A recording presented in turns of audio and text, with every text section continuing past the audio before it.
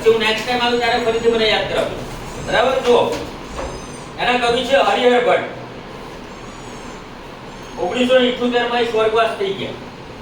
હવે એ કવિતાનો રાગ એવો છે કે એક જ દે ચીનગારી મહાનલ, એક જ દે ચીનગારી, એક જ દે ચીનગારી મહાનલ, એક જ દે ચીનગારી.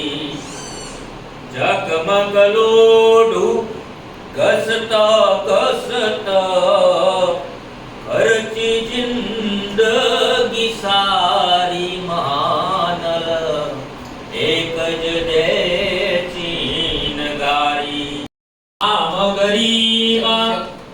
જામગરીમાં તણખો પડ્યો, ન ફળી મહેનત મારી મહાનલ, એક જ દે ચીનગારી.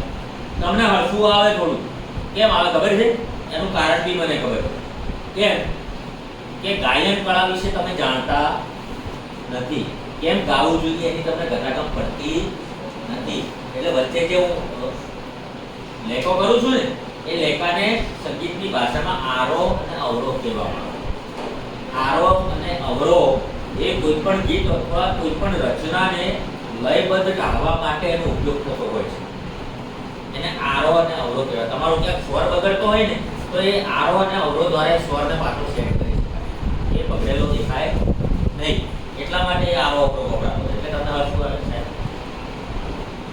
એવું છે નહીં. એ વાત આખી જુદી છે. ચાંદો સળગ્યો, સૂરજ સળગ્યો, સળગિયા બટારી, ના સળગી એક સગડી મારી, વાત વિપતની બારી મહાનલ, એક જ દે ચીનગારી મહાનલ, એક જ દે ચીનગારી. ચીનગારી એટલે ખબર છે? ચીનગારી એટલે ઘાસ, આમ ઘાસ ચૂલામાં બધો કચરો ભર્યો હોય અને દિવાસને આમ કરીએ એટલે પેલું ભપથી સળગી જાય, એને ચીનગારી કહેવાય. આપણે ઘરમાં ક્યાં ઘાસ ભર્યું હોય આમ ચૂલામાં, હે ને, ત્યાંથી હળગતો તણખો આવીને આમ પડી જાય તો બધું શું થાય? હળગી જાય.